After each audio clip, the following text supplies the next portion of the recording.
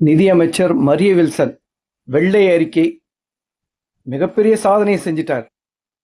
அதாவது எப்படின்னு கேட்டிங்கன்னா, ஏற்கனவே குறிப்பிட்ட விஷயங்களை அவங்களுக்கு சாதகமாக மாற்றி, அது எப்படின்னா அதாவது எந்தெந்த விஷயங்கள் குஜராத்து இது கம்பேர் பண்ணணுமோ அது கம்பேர் பண்ண வேண்டியது. ஆனால் எல்லா மாநிலத்தை விட நம்ம சுகாதாரத்தில், கல்வியில், மற்ற விஷயங்களில் அச்சீவ் பண்ணது எல்லாத்தையும் மறைச்சி தங்களுக்கு சாதகமாகுது. எப்படின்னாக்கா என்ன சொல்ல வர்றாருனாக்கா, நலத்திட்டங்கள் வந்து செயல்படுத்தப்படாதுன்றதை இன்டைரக்டா சொல்லிட்டாங்க.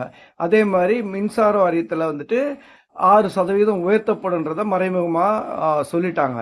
இந்த கடன்லாம் ஏன் வந்ததுன்னு ஒரு அடிப்படை அறிவில்லாம வந்து ஒரு ஃபைனான்ஸ் மினிஸ்டர், அதான் முன்ன பின்ன செத்திருந்தா தானே சுடுகாட்டு வழி தெரியுன்ற மாதிரி எல்லாமே உளறல்கள்.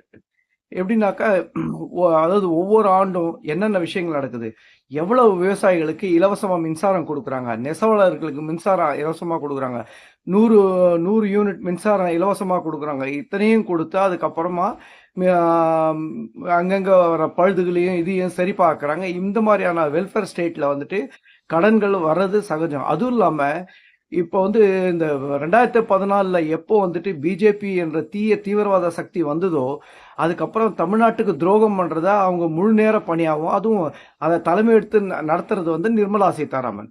தமிழ்நாட்டுக்கு எந்த நிதியும் கொடுக்காம நிதி சுமையை அதிகரிச்சுனே வரும்போது கடன் வாங்க வேற என்ன பண்ணுவீங்க?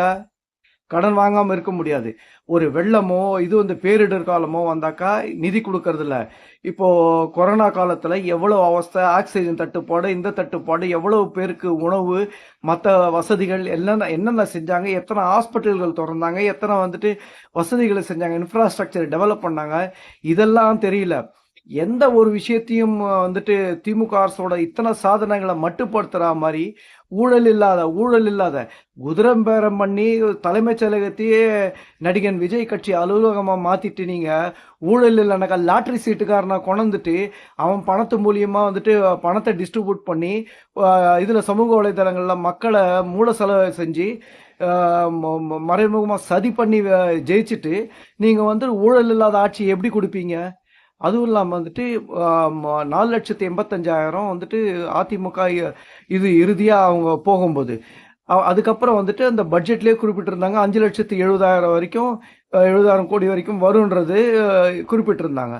அதுக்கப்புறம் வட்டி எப்படின்னு கேட்டிங்கன்னா இயர் வைஸ் 2021 2000 அந்த மாதிரி 5 வருஷத்துக்கு 2,500,000 சில்லற கோடி வந்துட்டு நம்ம வந்துட்டு வட்டியாக கட்டியிருக்கோம். இவ்வளவு கட்டினதுக்கப்புறம் மீதி இன்வெஸ்ட்மெண்ட்டுக்கு, அதுவும் இல்லாமல் வந்துட்டு விடியல் பயணம்,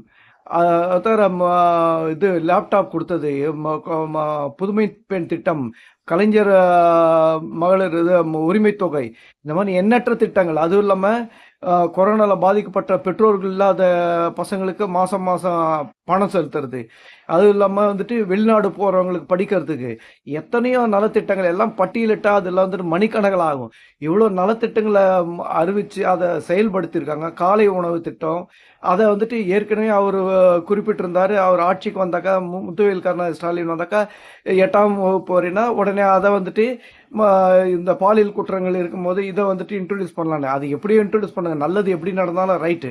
ஆனால் என்னன்னு கேட்டிங்கன்னா, ஒவ்வொரு பயிர்க்கடன் இது பிரதமர் பயிர் காப்பீட்டு திட்டம், ஆனால் பேர் என்னமோ பிரதமர் காப்பீட்டு திட்டம். ஆனால் ஒன்றிய அரசோட பங்களிப்புன்னா 25%, மாநில அரசோட பங்களிப்பு 73%, பயனாளியோட இது வந்துட்டு 2%. இதுக்கு முன்னாடி எப்படி இருந்தது? 60-40 இருந்தது.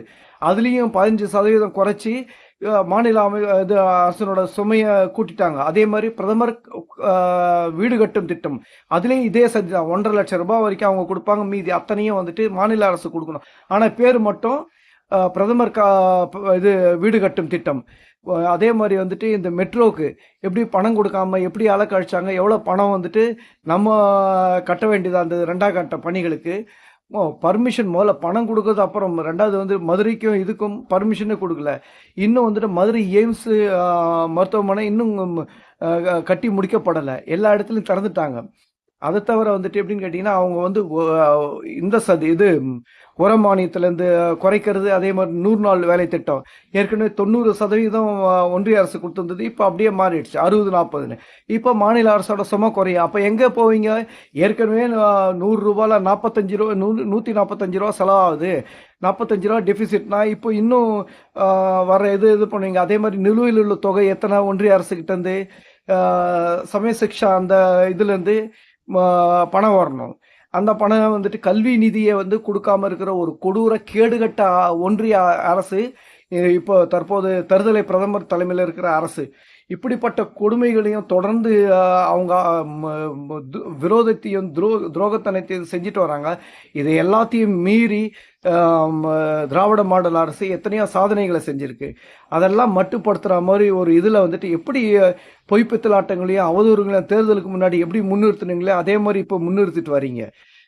என்ன இது பண்ணுறீங்க? அதாவது ₹1 வந்துட்டு ₹87 வந்துட்டு கட்டாயமாக ஆமாம் செலவினங்களை சம்பளத்துக்கும் மற்ற இதுக்கும் கண்டிப்பாக பண்ணணும். மீதி ₹40 ஒரு செலவு காமிச்சிருக்கீங்க, ₹18 ஒரு செலவு காமிச்சிருக்கீங்க. இப்போ இந்த செலவில் எவ்வளோ குறைப்பீங்க? ஊழல் இல்லாத இது ஊழலில் என்ன குறைப்பீங்க நீங்கள்? முதல்ல வந்துட்டு உங்கள் இவர் நடிகர் விஜய் வந்துட்டு இங்கேருந்து டெல்லிக்கு போனார். டெல்லிக்கு போகும்போது தனி விமானத்தில் போனார். முதல்ல அவரோட செலவுகளை குறைக்க சொல்லுங்கள்.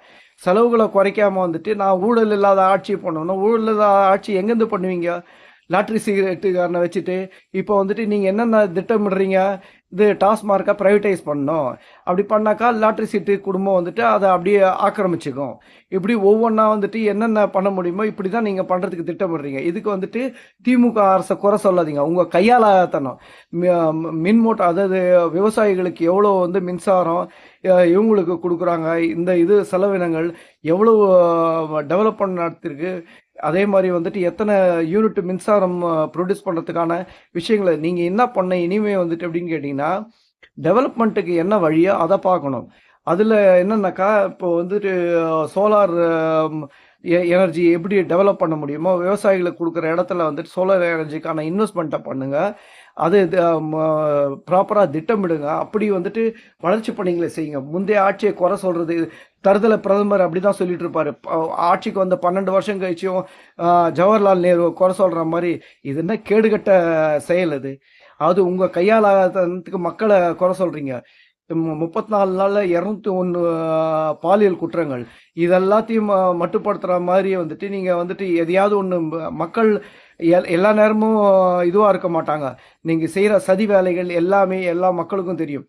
அதே மாதிரி வந்துட்டு 5,70,000 கோடியிலேருந்து 2 லட்சம் கோடி கிட்ட வந்துட்டு இது வட்டி செலுத்தியிருக்காங்க. அதுக்கப்புறம் நலத்திட்டங்களோட செலவுகள், அதுக்கப்புறம் உள்ள ரெகுலர் செலவுகள், டெவலப்மெண்ட், இன்ஃப்ராஸ்ட்ரக்சர், இதெல்லாத்தையும் கணக்கு போட்டு பாருங்கள்.